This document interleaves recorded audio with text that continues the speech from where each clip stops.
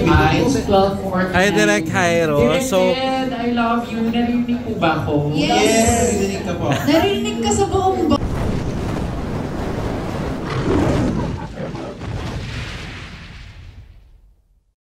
Miss Mela. Yes. So, kumusta yung filming nitong Sparks Camp Season 3? Direk Jairo, Elaine, UC, maraming salamat. Campers, Kumusta yung yung shoot nitong Sparks Camp Season 3? Ayan, thank you so much, Bon. Maraming salamat. Para kami nag-rating Team Sparks Camp, thank you. It's a reality show, parang breather siya from doing narrative dramas. So, I can see you, I'm watching from personally, I'm really a big fan of reality programs. It was dating show pa to. So, it was such a breeze, it was fun. It's like reuniting with your family, yung prod ng Sparks Camp 1 and 2. And then getting to the camper. So, wala. Sobrang, if I can do this like twice or thrice a year, I will do it. On a whim. Anong changes na ginawa niyo for this season? Actually, medyo, well, kasi medyo established na yung format namin. So, hindi na siya mahirap. But, naging conscious lang kami in terms of deliberate first, I would say this, casting.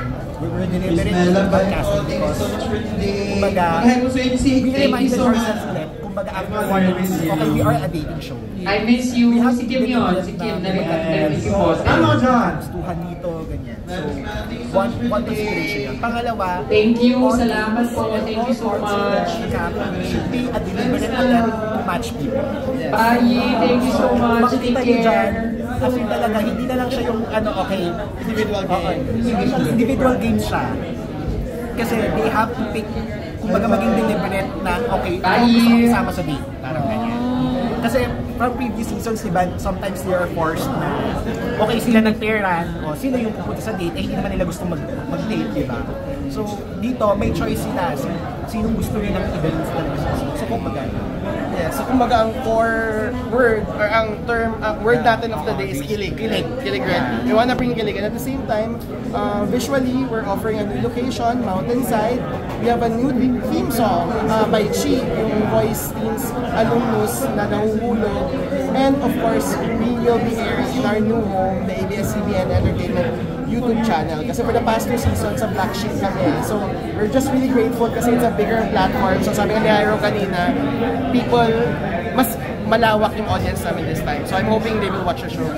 Actually, gusto ko lang din palang magpasalamat sa Star Cinema ABS-CBN team kasi pinahiram ako, saka si Karen. Kasi supposedly, this is supposedly ABS Studios production na siya eh. So hindi na siya dapat magkasali. But they were gracious, super gracious and supportive of our desire to continuous kami dito sa passion project namin. At yun lang sa amin ni Jairo, lahat ng staff, this is our passion project. Yung parang tipong kahit na wala kami kitain,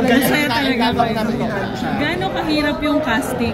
Kung yun yung, paano yung naging delivery? Siguro yung mahirap lang sa casting dito is we were greenlit parang early this year na tapos kailangan mag-shoot na kaagad. So wala kaming time to really, like before December pala naka-prepare na. So eto parang 1 week or 2 week leave. 1 week leeway lang kami pag-announce, kailangan na namin mamili agad. So siguro yun lang, siguro yung medyo limitation kasi baka mas marami pang nag-audition but in terms naman of casting, sabi nga ni Jairo,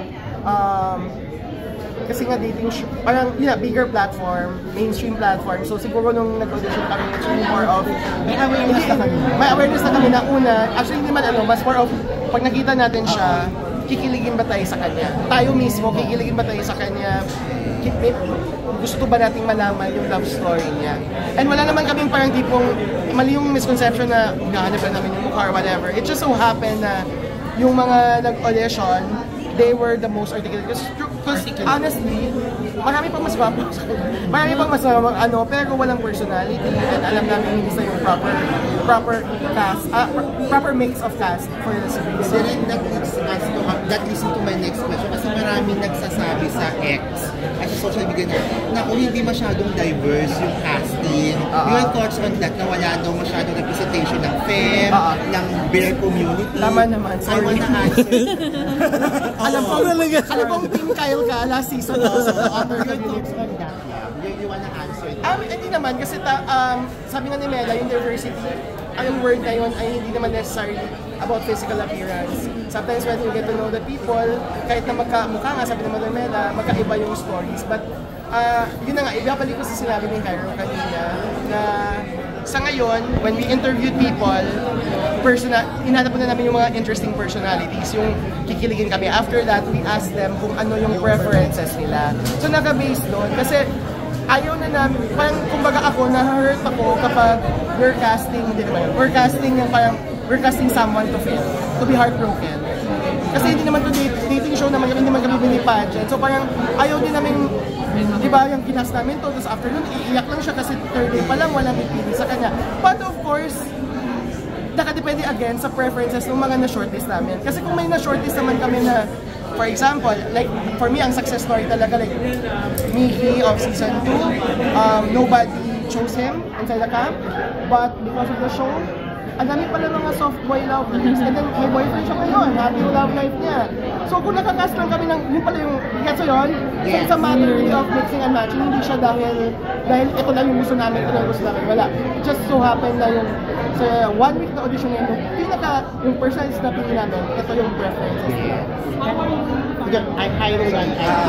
Just to acknowledge din yung, comments din ng audiences na may validity naman siya. Of course, hindi namin yan i-discount. It's just so happened that, of course, kailangan natin isipin, we are only bound to choose 10. We cannot represent everyone. But we hope that those stories, na dala-dala ng mga 10 na yun, somehow represent us kasi mas diverse yun. At the same time, mas relational in a way. Mas madali tayong makaka-relate sa mga experiences ng tao more than sa anong itsura nila, so yun, hindi lang yung home namin. But of course, duly noted, pagdasan natin na may mga susunod na season. Sana may season 4 pa, para lahat ng mga... But honestly, hindi lang namin hina-highlight kasi maging part siya ng show, narrative ng show. But we have, this is the first season na 5 sa mga campers are in their 30s. The past 2 seasons, isa lang yung 30. Si Carl Bao lang, and then sa second season, si Zoher lang. This time, 5. So, hindi lang namin na-highlight kasi part siya ng narrative ng season. Kaya pag nagkakaalaman na ng edad, yung masyasyak ka na, oh my God, 30 lang pala siya. Oh my God, 39 pala siya. We have a 39-year-old. Nahulaan nyo na lang kung sino mag-40 na. Mentors for the campers. Pero, how are you guiding them sa, syempre yung cast reveal, parang meron din criticisms agad, may digging up ng past. How are you guiding them with that? Hindi. I think they enter the camp knowing already na that's bound to happen because they've seen the past seasons eh. Nakikita naman nila sa PBB, ganun din yung mangyayari. Nakikita na sa mga past season ng Sparks kapag yung mangyayari. Of course, ang hindi lang nila na-predict yung emotions sa mararamdaman. Kasi kahit ako, nauuga din ako. But thankfully naman itong si Hyro, may maternal instinct naman siya. So, kinocomfort naman niya after. Ako lang kung maternal instinct. May mga debriefing ba yun? May debriefing kami after the camp. Parang PBB. After ang mahirap lang sa amin kasi yung PBB, when they debrief, alam na nila yung feedback ng mga taong bayan. Kasi live eh. Ito hindi namin alam eh. So kailangan lang namin ihulaan na baka ito yung lumabas, baka mapusa ka dito, prepared ka ba, do you want psychological help because we can offer you psychological help. Eh minsan sila rin kasi tigas ulo, parang hindi nila kaya namin ito. Eh napuksa, hindi pa na kaya. Pero all I'm trying to say is, they are well supported. Well supported. Very good. With 3 seasons na ngayon, ano yung natutunan nyo about queer dating? Kayo parang may pattern ba? May formula in a way? Wala. Like, may game kami. Yes. Sorry. Sa vlog ko. Sa YouTube. May game kami every season na prior to us shooting, hinuhulaan namin sino magkakatuloyan. Maling. Pustahan. Like, parang ganon. Parang ganon. Sinong bet mo magkatuluyan? So, wala talaga. Bihira kami magkaroon ng tama. Kasi, So surprise talaga. Surprise ka kasi at the end of the day, minsan kasi initially meron kang attraction dito, ito yung preference mo, pero once you get to know the person on a deeper level, ito pala yung mas gusto mo. So parang ano din, sa love life mo din, diba? Pag nakadate ka, Sabihin ko sila, love is ganun talaga. Kahit sa straight love, unpredictable talaga yun. Tsaka yung parang may mga parts na hindi mo gusto ka na, kasi hindi pala ikaw gusto. Mga ganun, or magbabad isip. or kapag na-swipe right ka, May ganyan. Or ano, last minute na natauhan. May mga ganun. Thank you. Congratulations and good luck.